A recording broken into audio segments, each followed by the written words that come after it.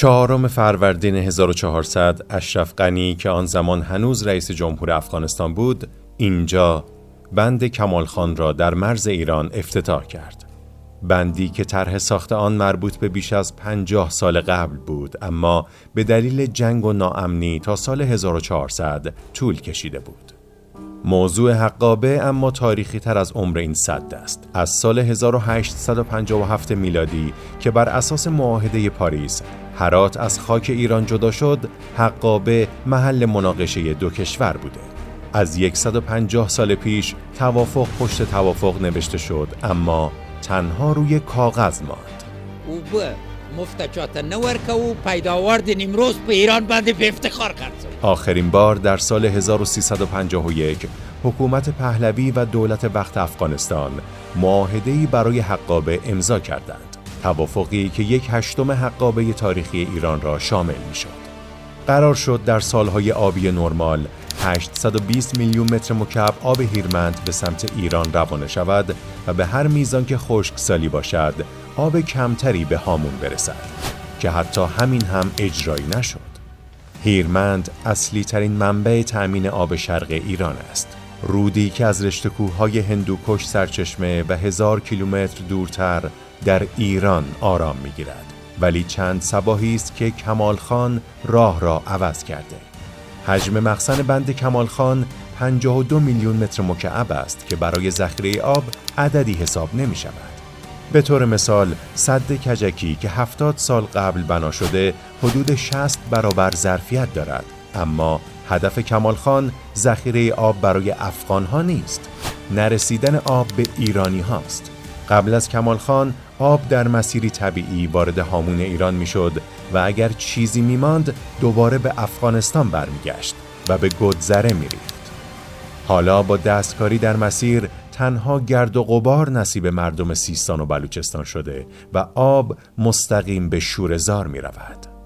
دولت‌های افغانستان تا کنون در حرف هیچگاه زیر توافق حقابه نزدند. طالبان هم وعده رعایت آن را داده، با این حال مدعی شده نرسیدن آب به ایران نه به خاطر سدسازی که به دلیل خشکسالی است. امارت اسلامی افغانستان به موافقتنامه سال 1351 متحد است، ولی خشکسالی که در افغانستان و منطقه جریان دارد نیز نباید از نظر انداخته شود. ادعایی که شواهد موجود خلاف آن را نشان می‌دهد.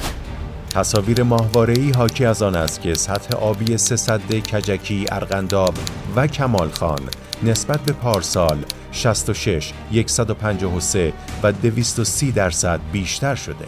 همین شواهد بود که باعث شد رئیس جمهور ایران پنجشنبه هفته پیش بنا به خواست مردم به همسایه شرقی اخطار بدهد. طبق توافق سال 51 ملاک میزان حقابه آبسنجی در نزدیکی سد کجکی است. اتفاقی که چند سال است حاکمان افغانستان امروز و فردا می کنند. حتی یک بار که به نظر می رسید قرار است کارشناسان ایرانی به محل بروند، با ایجاد تظاهراتی ساختگی برابر سفارت ایران در کابل این بازدید لغو شد. طرف ایرانی نصب رایگان تجهیزات را هم تقبل کرده، اما باز همکاری صورت نگرفته و به بهانه‌های مختلف پشت گوش انداخته شده. خواسته فعلی ایران همین اعزام کارشناسان ایرانی و صحت سنجی ادعای خشکسالی است. از ابتدای مهر 1401 از 820 میلیون متر مکعب فقط 1 میلیون متر مکعب آب به ایران رسیده. خشک شدن تدریجی هامون که از دهه 70 شروع شده همکنون شدت بیشتری گرفته. اتفاقی که حالا دیگر مردم منطقه را عصبانی کرده. بنابر آمار غیر رسمی نزدیک به 8 میلیون مهاجر افغانستانی ساکن ایران هستند. با این حال حاکمان آنها به جای قدردانی از همسایه رو به بازی‌های سیاسی آورده و آب را گروگان گرفتند. آبی که حالا سر بالا می رود، اما در نهایت راه خودش را پیدا خواهد کرد.